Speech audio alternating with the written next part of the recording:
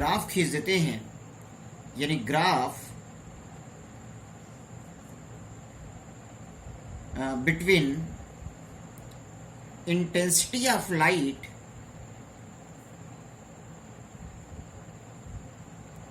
या intensity of wave, या wave कहेंगे, intensity of wave and wavelength,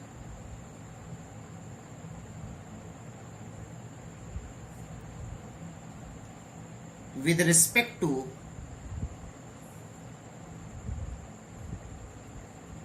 constant temperature. तो यहां पर जो ग्राफ हमें मिलेगा वो कुछ इस टाइप से मिलेगा।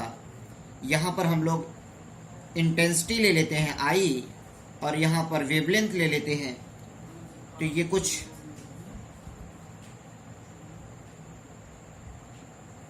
ऐसे, और फिर ये ऐसे कुछ मिलेगा। ये T2 टेम्परेचर पे रहेगा, ये T1 टेम्परेचर पे रहेगा, और ये T2 आपका क्या होगा, ग्रेटर होगा T1 से। यानी जब टेम्परेचर ज्यादा होगा तो इंटेंसिटी ऑफ लाइट पहले क्या होगा, इंक्रीज होगा ऑन इंक्रीजिंग वेवलेंथ, और आफ्टर दिस उसके बाद क्या होगा, वो डिक्रीज होने लगेगा ऑन इंक्रीजिंग वेवलेंथ। यानी वेवलेंथ अगर बढ़ेगा यानी इंटेंसिटी ऑफ लाइट वहां पर डिक्रीज होने लगता है, ठीक। और वही लो टेम्परेचर पर यही देखते हैं, लो टेम्परेचर पर यही देखते हैं कि पहले जो इंक्रीजमेंट आप देख रहे हो, जो इंक्रीजमेंट देख रहे हो ऑन इंक्रीजिंग वेवलेंथ, वेवलेंथ की इंक्रीज करने पर इंटेंसिटी लो टेम्परेचर पर बहुत ज्यादा इंक्रीज नहीं होती है, एंड फिर क्या होता है कि वो डिक्रीज होने लगता है। बात तो वही है कि एक मैक्सिमम पॉइंट, एक ऑप्टिमम पॉइंट पर पहुंचने के बाद वो क्या हो जाता है, डिक्रीज होने लगता है। एक कांस्टेंट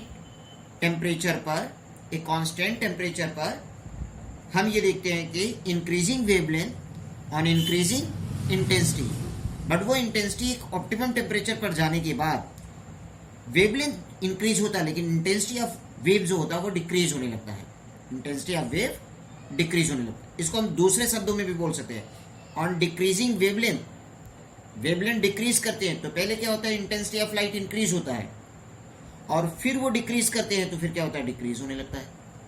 इस साइड से ऐसे भी बोल सकते हैं हम, ठीक है।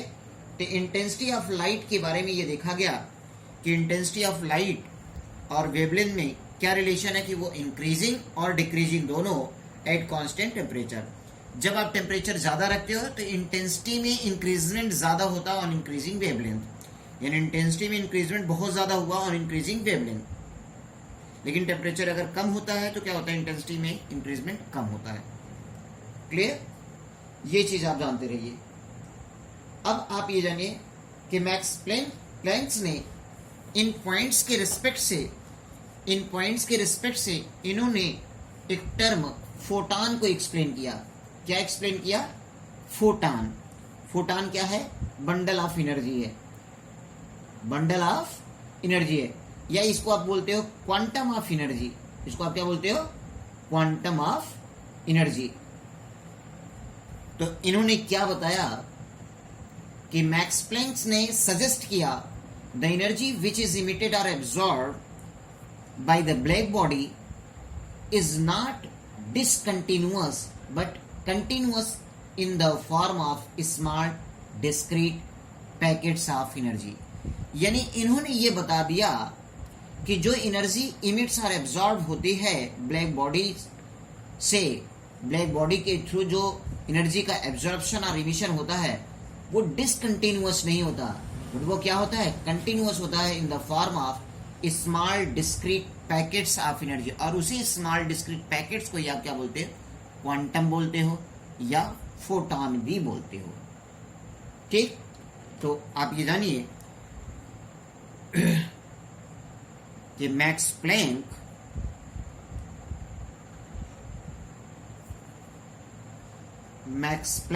suggested that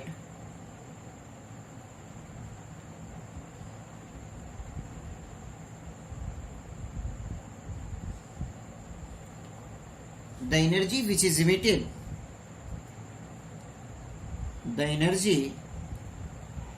which is emitted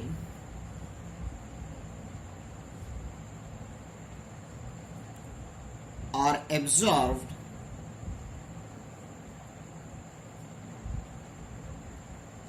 by the black body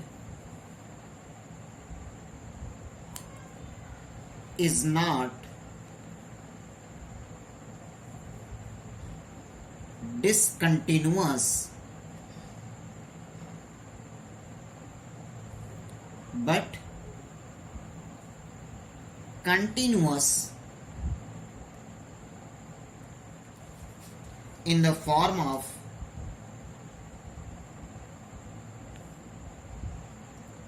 small discrete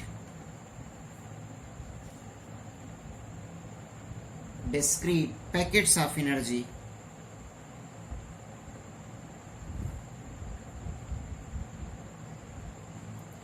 और इसी डिस्क्रीट पैकेट ऑफ एनर्जी को ही आप क्या बोलते हो, क्वांटम या फोटॉन्स बोलते हो। क्या बोलते हो? इसी डिस्क्रीट पैकेट ऑफ एनर्जी या बंडल ऑफ एनर्जी को आप क्या बोलते हो, क्वांटम या फोटॉन्स बोलते हो। क्लियर? क्वांटम और फोटॉन्स। और ये देखा गया कि इन्होंने ये बताया कि जो एनर्जी होता है वो एनर्जी फ्रीक्वेंसी के डायरेक्टली प्रोपोर्शनल होता है। फ्रीक्वेंसी की क्या होता है? डायरेक्टली प्रोपोर्शनल होता है। क्लियर? ये बात समझ में? ठीक है। अब ये प्रोपोर्शनलिटी कांस्टेंट जब हटते हैं तो यही हमारा एक कांस्टेंट हम अप्लाई करते हैं h, जिसको आप प्लैंक कांस्टेंट बोलते हो, h म्यू हो जाता है।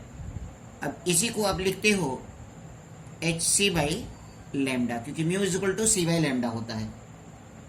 म्यू इज इक्वल टू क्या होता है? सी बाई लैम्डा होता है। इतनी बातें समझ में आई? क्लियर?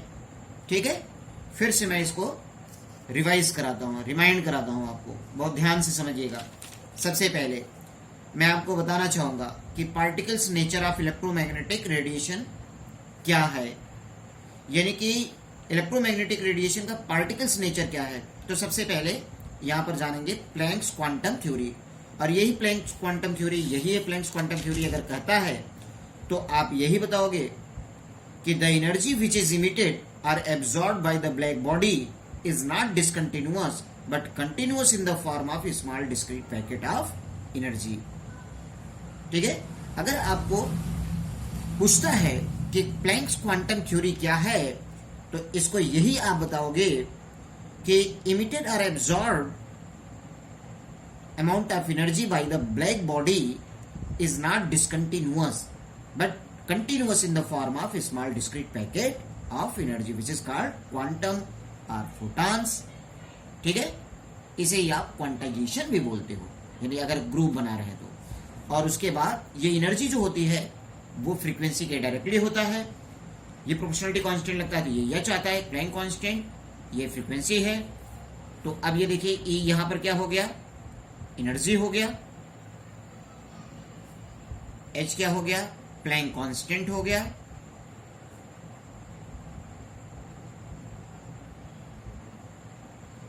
प्लैंक कांस्टेंट हो गया। इसकी वैल्यू कांस्टेंट होती है, वैल्यू क्या होती है 6.626 into 10 to power -34 joule second. Clear? ये म्यू क्या होता है, फ्रीक्वेंसी होती है, सी क्या है, लाइट वेलोसिटी है,